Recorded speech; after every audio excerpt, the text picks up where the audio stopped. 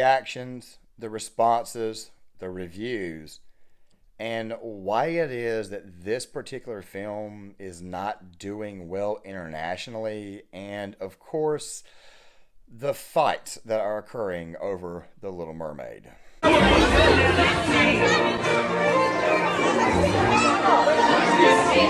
Guys, Disney announced that they were going to be doing a remake of The Little Mermaid. Now, you're probably thinking to yourself, dude, why are you talking about The Little Mermaid? I typically don't tend to talk about kids' movies, but then again, though, I did talk about Super Mario Brothers, and of course, I gave you guys my thoughts on that. It's a kids' movie.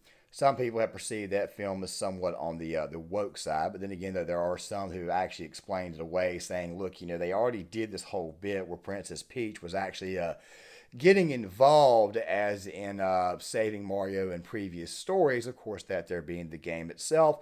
So I kind of like just decided not to kind of wade into the weeds there because obviously I went to go see it. Now, here's the thing about The Little Mermaid.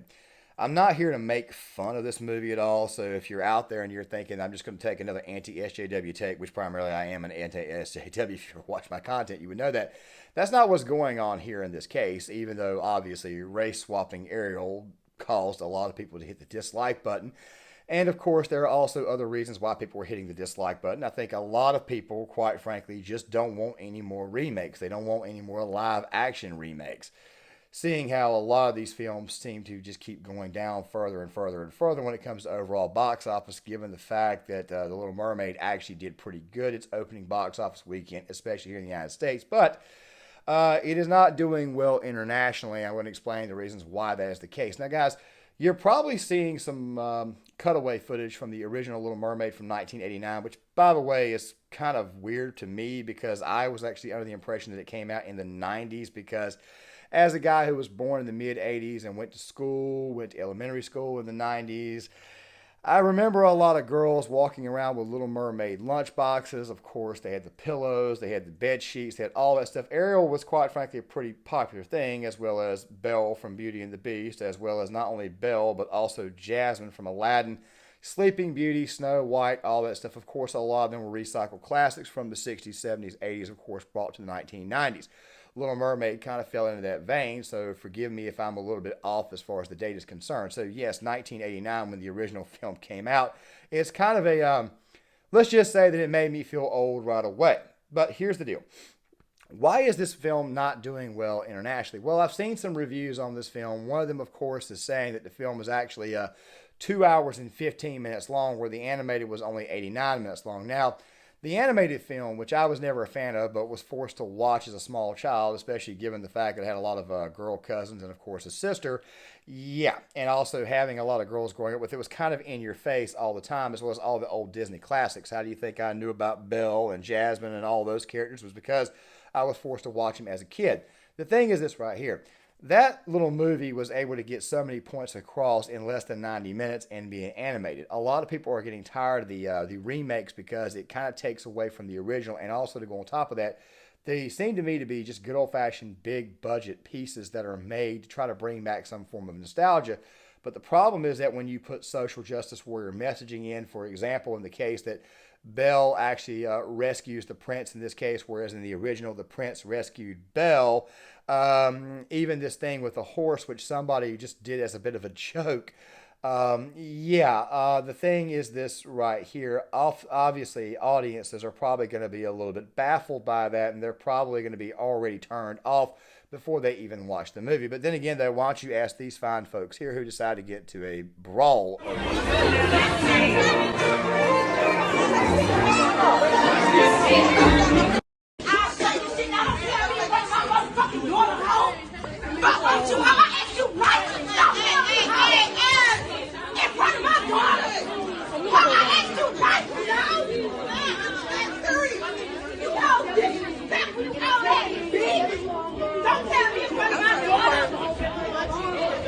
Oh, I need a refund on my ticket. No. We getting a refund because No.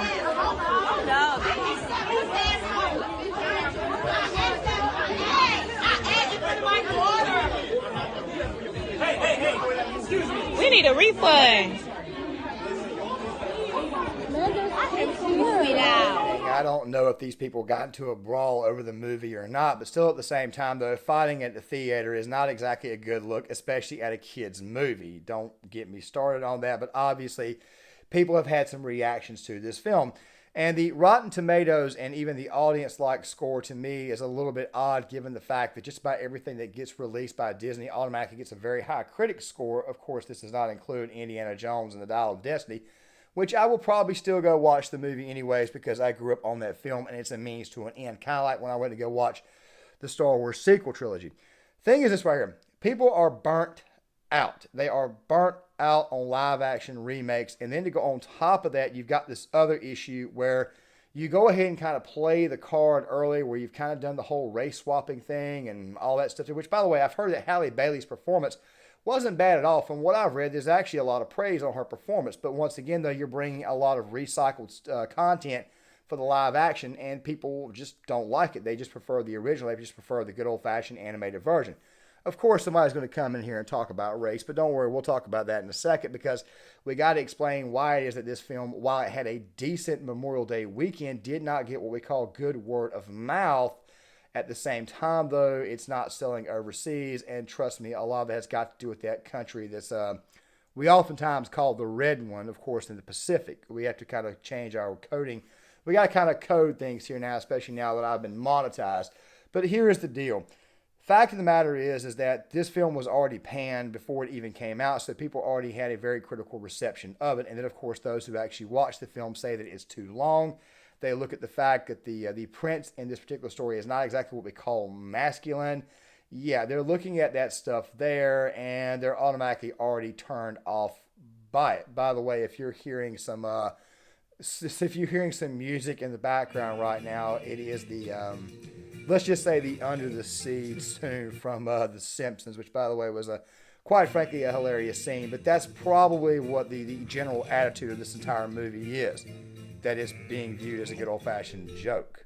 It's not to impugn Halle Bailey's performance. It's not to impugn anybody and everybody who actually liked this film. If you like a film, you like a film. It just so happens to be that some people just don't like it. For example, a lot of people like Guardians of the Galaxy 3. Me being a guy who's a fan of the Guardians, and by the way, they're my favorite films in the Marvel series, I did a video and even did a second video reacting to people getting upset about animal cruelty, where I stated that I thought that the plot was good, I thought the story was good, I thought that even some of the character moments were good, but I did not think the film was executed properly, mostly due to bad editing, and therefore the film came off as a bit of a chore to watch rather than an actual Guardians of the Galaxy movie.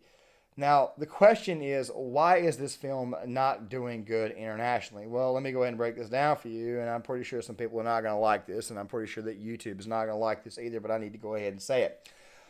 There's this country that sits out in the Pacific Ocean. It's in Asia. It's a country that, quite frankly, that Disney is trying to do a lot of business with, that the United States has had a hard time doing business with due to the ties going all the way back to 1972 when we opened up trade to this country, which, by the way, a lot of pundits on my side of the aisle, Ben Shapiro in particular, love to continue to go after former President Nixon. Go ahead and say that I'm a Nixon fan because I do defend Nixon more oftentimes than I go after him.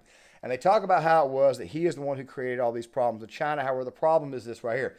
You've had Ford, you've had Carter, you've had Reagan, you've had Herbert Walker Bush, you've had Bill Clinton, you've had Barack Obama, you've had George W. Bush, you've had Trump, and now you got Biden. You've got a whole plethora of presidents who could have fixed this issue. And obviously China has kind of sort of put their tentacles in us. Don't get me started.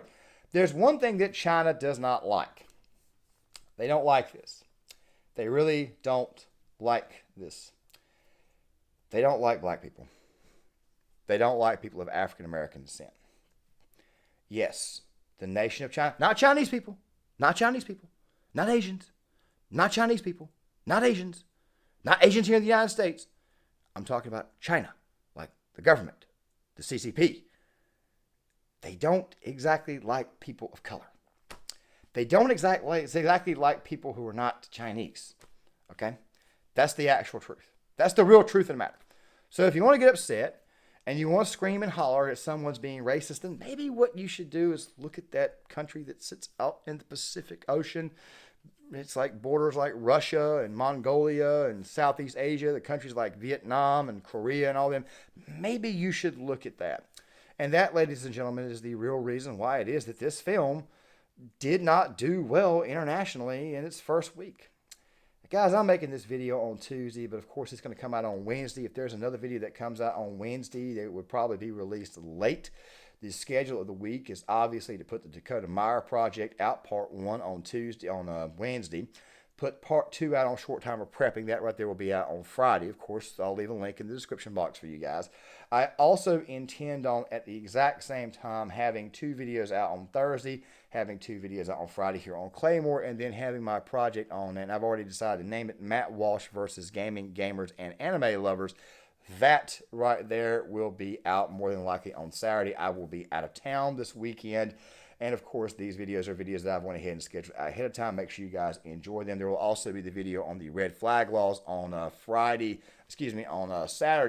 or Sunday for short time prepping. And if possible, if I could squeeze one more project-like video in, I will be doing that, and it more than likely will come out on Monday, seeing how I'll probably be back on Sunday afternoon. But after traveling and everything, you just got to kind of unwind. Gang, John Claymore here. If you like this content, please hit the thumbs up button. Please subscribe. If you are new to this channel, please do so. If you think I have earned your subscription, please do so. Only about 20% of you guys that watch the content are even subscribed. Let's make this channel grow. Hit the notifications bell. Please share the video. Leave a comment in the comment section. I'd love to get you guys' thoughts.